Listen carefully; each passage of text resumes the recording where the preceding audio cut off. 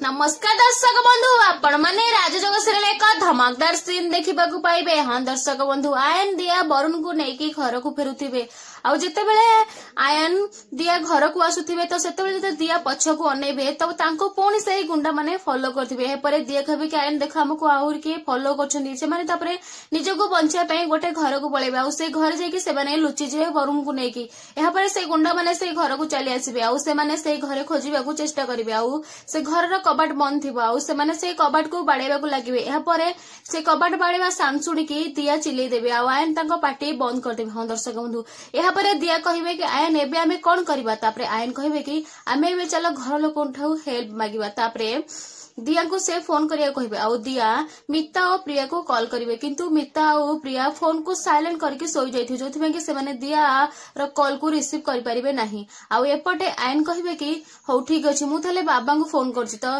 जेते बेले आयन तागा बाबा को फोन करिवे आ बलवंत राय बाबू सोईथिबे आउ से देखिए आयन कर कॉल आसी तथापि से आयन कर कॉल रागी के उठेबे नहीं। हाँ दर्शक बंधु जदि घर लोक माने हेल्प न करिवे ताले एबे आयन दिया निजको केमिति से गुंडा मानक कबळरू रक्षा करिवे आउ से वरुण को केमिति घर को नै आसीबे जानिया पे निश्चय हम चैनल सहित जोड़ी रहंतु। वीडियो को लाइक करि सहित चैनल को मध्ये सब्सक्राइब कर देंगे। नमस्कार दर्शक बंधु रहउछि धन्यवाद।